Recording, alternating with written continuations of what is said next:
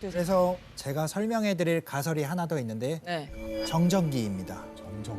정전기요? 정전기는 정전기는 지금 우리가 겨울에도 굉장히 많이 니트 일어나고 소재나 그러는데. 그냥 머리카락 막 싹 서고 근데 이게 정전기로 불이 난다라는 게 좀 그렇죠. 말이 안 되지 않나요? 진작에 제 몸에도 불 붙었어야 돼요. 저 정전기 워낙 많이 켰거든요. 맞아 맞아. 진짜. 그리고 유독 정전기가 많이 겨울 되면. 생긴 사람들이 있어요. 있어요. 유독 많이 생기는 사람들이 있어요. 이제 피부가 건조한다든지 이게 겨울철 건조한 날에는 10만 명 중에 한 명꼴로 순식간에 3만 볼트 정도의 정전기가 일어나기도 한다고 그래요. 우와. 근데 우리가 어렸을 때 보면 뭐 전류 말씀하셔서 좀 다른 얘기일 수 있지만 220V 코드만 돼도 손에 물이 묻은 채로 이걸 만지면 위험하지. 위험하고 감전될 수 있다. 근데 3만 볼트라고 들으면 일단 되게 무섭거든요. 야, 그 정도 되면은 이거는 진짜 물기라도 좀 있으면 큰일 나겠다.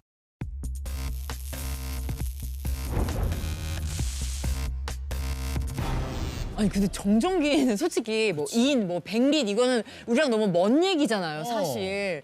근데 정전기는 진짜 생활 속에 있고 겨울철에 누구나 겪는 부분이기 맞아요. 때문에 이게 실제로 원인이라고 한다면 좀 더 무섭게 느껴질 무서운데? 것 같거든요. 저는 가능성 있다고 생각해요. 특히 어떤 뭐 몸에 기름 같은 게 발려져 있었다거나 아니면 뭐 어떤 그런 불이 잘 붙을 수 있는 그런 기체 같은 게 몸 중에 있었다거나 한다 그러면 거기에 불을 당겨줄 수 있는 그런 점화 원으로서 정전기 충분히 생각해 볼 수 있죠. 우리가 우습게 볼 수 있는데 이 네. 인화성 물질을 많이 다루는 공장이나 뭐 이런 곳에서는 정전기 예방하기 위해서 옷차림이라든가 정전기를 제거할 수 있는 장치 같은 거 만드느냐고 신경을 많이 씁니다. 경기도의 한 주유소. 주유 중이던 남성의 몸을 순식간에 뒤덮는 화염. 갑자기 일어난 화재로 그는 전신 3도의 중증 화상을 입었다. 이런 현상은 세계 각국의 주유소에서 빈번히 발생하고 있다는데 어떻게 사람들은 불씨 하나 없는 곳에서 순식간에 화염에 휩싸였을까? 저게 내 차라고 생각해봐. 너무 무서워. 이게 정전기 때문이라고? 정전기가 원인인 경우가 많아요. 너무 무서운데?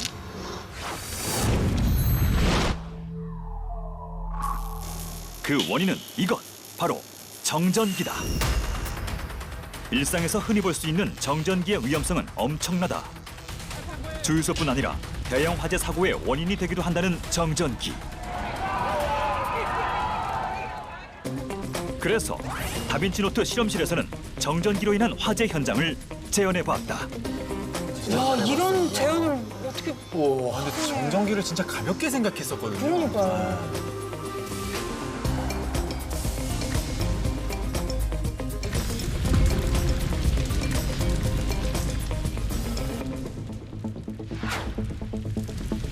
오늘의 실험단 등장. 정확하고 안전한 실험을 위해 한국화재감식연구소 연구원들과 함께했다. 그리고 실제 주유소를 1000분의 1 크기로 축소한 주유소 모형. 최대 2만 볼트의 전압을 일으키는 스파크 발생기. 주유소를 떠다니는 기체의 주인공. 유증기를 만들어줄 휘발유도 준비 완료. 폭발 순간의 온도를 측정할 수 있는 열화상 카메라까지. 실험에 필요한 모든 준비는 끝났다. 과연 이 실험으로 정전기의 위험성을 증명할 수 있을까?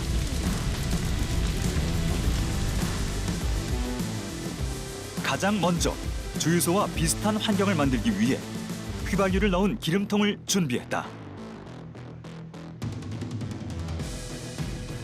주유소 모형을 설치한 후 정전기를 대신할 스파크 발생기를 부착시킨 연구원들.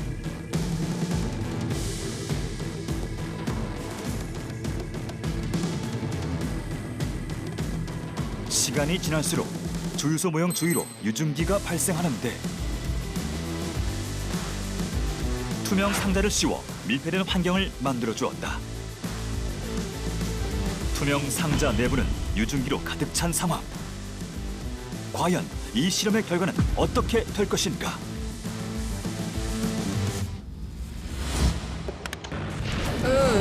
스파크 발생기를 연결시키자 순식간에 폭발하는 투명 상자. 주유소 모형은 눈 깜짝할 사이 엄청난 화염에 휩싸이는데 초고속 카메라로 다시 한번 관찰해봤다.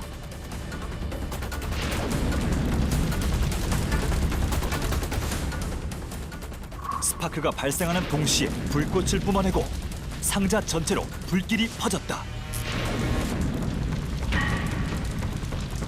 불이 붙은 투명 상자는 점점 녹아내리기 시작하는데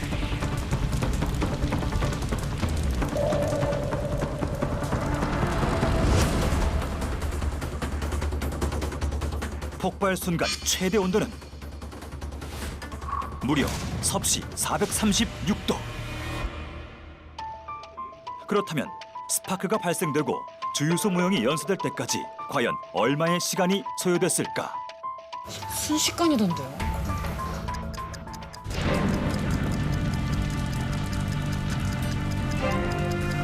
모든 게 재가 되는 순간까지. 그렇죠.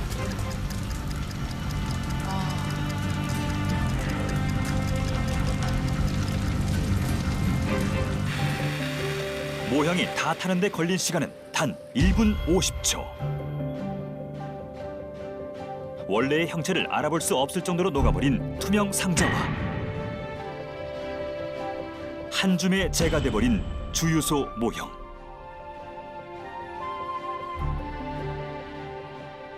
도대체 정전기는 어떻게 이런 끔찍한 결과를 만들어냈을까? 인체에서 발생할 수 있는 정전기의 순간 전압은 최대 2만 볼트. 인체에서 발생한 고전압의 정전기는 눈에 보이지 않는 작은 불꽃을 일으키는데 이때 주유 중 생기는 유증기가 이 불꽃과 반응하면 엄청난 폭발을 일으키는 것이다.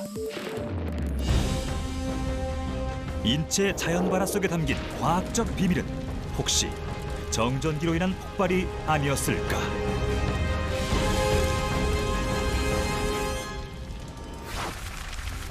와, 아니 정전기 하나로 이렇게까지 폭발이 일어날 줄이야. 진짜 어마어마한데요? 생각해보니까 이게 맞는 얘기인지 모르겠는데 셀프 주유소 같은 데 가면 네. 정전기 패드 있잖아요. 맞아요, 이 동그란 거. 그게 되게 별거 아닌 것처럼 생각할지 모르지만 그래도 왠지 이것도 막 기계고 이러니까 좀 무서워서 꼭 이거 하거든요. 의지가 돼요. 네, 맞아요. 약간 진지하게 말씀드리면 사실 네. 오늘 했던 이야기 중에서 하나의 어떤 핵심만 짚는다라고 하면 전 유증기 말씀드리고 싶어요. 사실 정전기는 유증기에 불을 붙일 수 있는 하나의 원인일 뿐이고 네. 유증기가 많이 있는 것이 굉장히 큰 화재의 원인이 되기 쉽습니다. 특히 그런 물질을 다루는 공장 같은 데서 화재가 일어난다라고 하면 제일 먼저 의심하는 게 유증기고요. 의외로 생활에서도 만날 수 있는 곳들이 없지 않아요.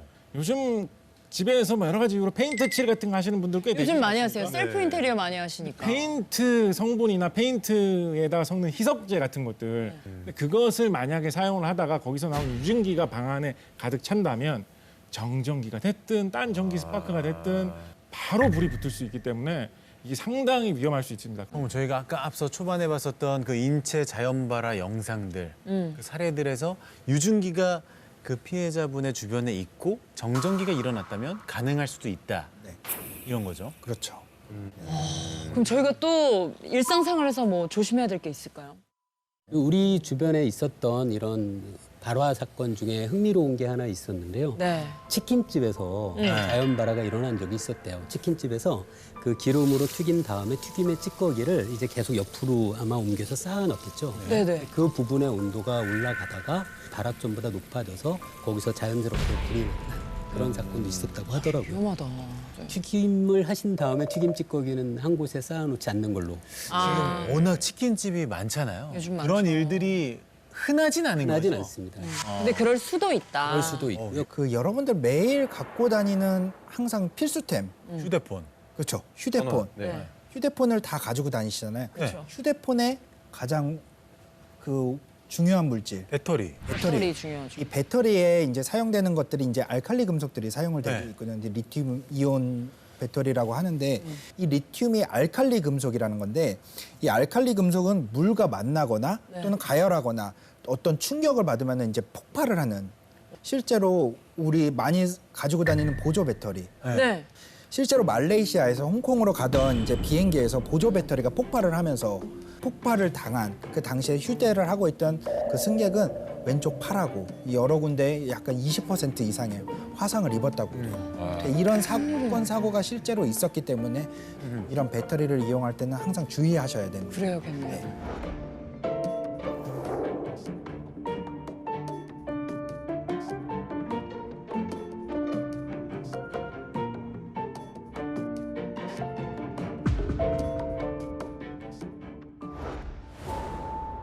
이 금속은 알칼리 금속 중에서도 반응성이 센 나트륨 금속이다.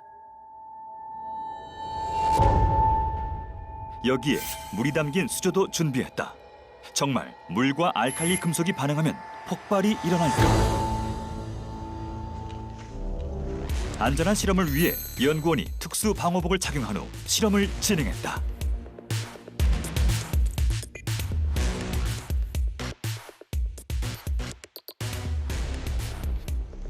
알칼리 금속은 칼로 자를 수 있을 정도로 무르고 공기 중 빠르게 산화돼 금속 광택을 금세 잃어버리는 특징이 있다.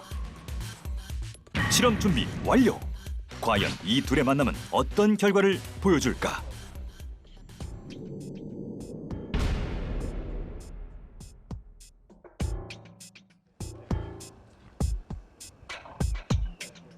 약 5g가량의 나트륨 금속을 수조에 넣어보았다.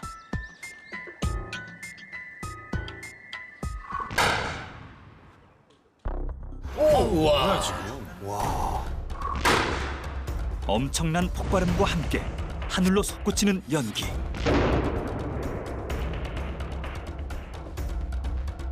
물속에서 불꽃이 일어난 걸 볼 수 있었다.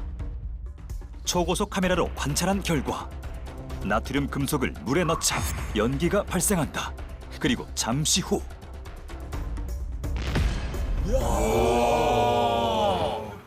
불꽃을 내뿜으며 폭발이 일어났다.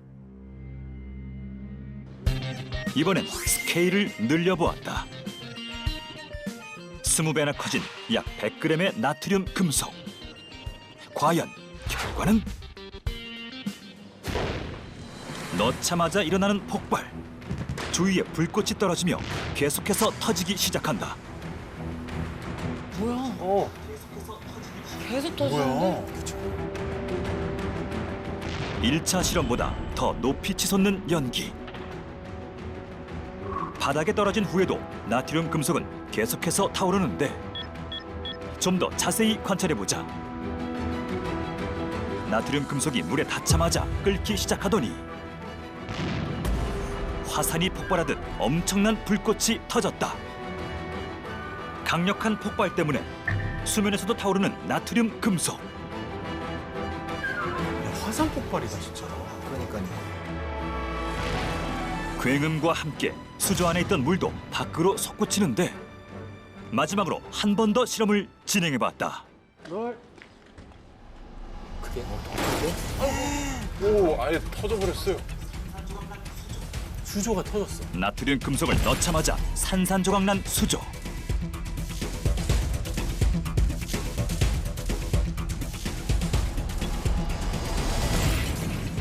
이 차 실험보다 더 강력한 폭발에 수조가 견디지 못하고 깨져버렸다. 열화상 카메라마저 측정이 불가할 정도로 순식간에 치솟는 온도. 어떻게 이런 반응이 일어날 수 있을까? 알칼리 금속은 물과 만나면 격렬한 화학 반응을 일으켜 수소 기체를 방출하고 나트륨 주위에 쌓이게 된다. 나트륨 금속은 점점 뜨거워지면서 열과 빛을 내뿜는데 이것이 바로 발열 반응이다. 이때 생긴 열이 가연성 기체인 수소와 반응해 연속적으로 불이 붙게 되고 엄청난 폭발이 일어나게 되는 것.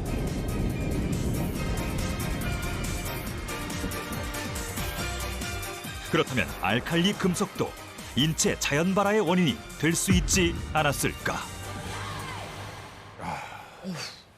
생각보다 파괴력이 어마어마하네요. 그리고 한 번 터지고 끝이 아니라 연달아서 터져서 터지니까 이만큼 넣었는데. 맞아요. 양이 크다고 생각하면은 근데 알칼리 금속은 도대체 어떤 금속이길래 이렇게 폭발력이 큰 겁니까? 주기율표라는 거 혹시 기억나십니까? 아, 학창 그쵸. 시절에 외웠었죠. 무조건 외우라고 하셨죠. 보면서 한번 살펴보도록 예. 하겠습니다. 오랜만에 보네. 아, 이게 뭐냐 너무 답답해 보인다라고 생각하실 수도 있는데 제가 이거를 친근하게 볼 수 있는 방법을 딱 한 가지만 말씀을 드린다면 네. 규칙 한 가지 요거 일단 기억해 놓으세요. 세로 줄로 같은 줄로 있는 것끼리 성질이 비슷합니다. 그렇게 배치해 놓은 거예요. 세로 줄로 같은 줄에 있는 것끼리 성질이 비슷하다라고 보시면 대충 맞습니다. 성질이. 알칼리 금속은 쉽게 말해서 제일 왼쪽 줄에 있는 금속들을 말합니다. 수소 라인. 이 금속들의 성질, 공통된 성질은 무엇이냐? 네. 전자를 되게 잘 내뿜는 성질이 있어요. 전자를. 그런데 물은 특히 물 중에서 아까 물이 뭐 H2O 말씀하셨는데 물 중에서 특히 그 O 산소 부분이 전자를 좀 잘 받아들이는 경향이 있어요. 그래서 물 속에 저 알칼리 금속을 넣으면 전자를 미친 듯이 퍼주려고 합니다. 그 작용이 바로 다 우리가 아까 본 것과 같은 폭발로 나타나는 거예요.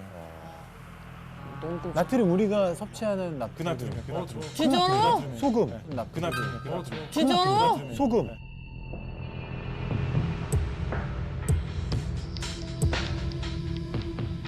나트륨 뭐 우리 먹는 나트륨 아니야? 그래요, 소금. 소금에서 분리를 해낸 그 나트륨이거든요. 순수 나트륨. 네, 순수 나트륨이거든요. 그래서 나트륨이 구하기 쉬운 편이에요. 아니 근데 폭발력이 딱 봐도 굉장히 컸단 말이에요. 그럼 나트륨 같은 거는 함부로 판매해도 괜찮은 아니죠. 건가요? 위험하죠. 이 나트륨 순수 저는 금속 나트륨 덩어리는 함부로 거래하시면 안 됩니다. 근데 저희는 사실 하루 권장량이 있잖아요. 나트륨을 얼마나 먹어야 된다. 맞아요, 맞아요.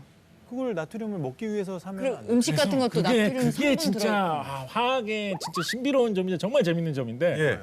나트륨이 순수한 나트륨 덩어리로 있으면 저렇게 위험하지만 네. 그게 염소라는 딴 원소하고 같이 맞물려 가지고 화합물을 이루고 있으면 그냥 짭짤한 음식의 소금이에요. 조미료를 쓸 수 있는 소금일 뿐이에요. 수소가 H2O가 되는 것처럼. 이런 게 진짜 너무 재밌는 거지 이런 게. 너무 매력 있다. 이런 게 너무 신기한 거지. 염소만 또 따로 떼내면 소독량이에요.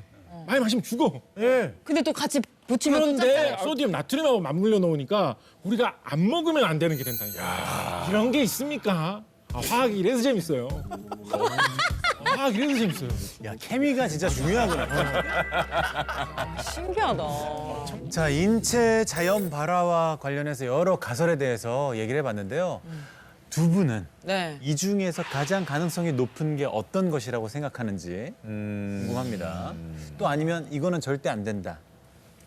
그러니까 저는 그 심지 효과가 그러니까 심지 효과 없이는 어차피 불이 지속적으로 타지 않기 때문에 그 어떤 시발점은 여러 가지 이유가 있을 수 있겠지만 결국 심지. 심지. 그래도 있어야 되지 않을까라는 좀 생각이 들어요. 심지 쪽이고. 어떠세요? 저는 그냥 정전기만 아니었으면 좋겠다. 네, 전 정전기랑 그 주유소 아까 그 패드 그게 계속 생각이 나가지고 네, 좀 무서워서. 근데 저는 들을수록 네. 야, 이거는 아닐 수도 있겠다는 생각이 드네요. 자연 발화가 아닐 수도 있겠다. 아 들을수록. 들을수록 이게 어려운 일이구나. 네.